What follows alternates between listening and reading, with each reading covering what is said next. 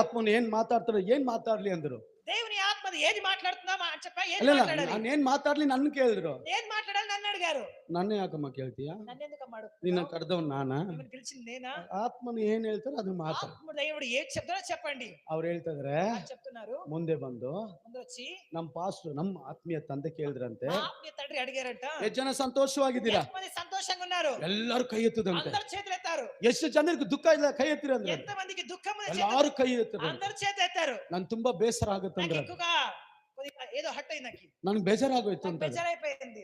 ಯಾಕಂದ್ರೆ ఎందుకంటే ನಿನಗೆ ಎಲ್ಲಾ ಕರೆಕ್ಟ್ ಆಗಿದ್ರೆ ದೇವರು ನಿನ್ ಜೊತೆ ಇಲ್ಲಮ್ಮ. మీరన్నీ కూడా సరిగ్గా ఉంటే మీతో దేవుడు ఉండడమ్మా.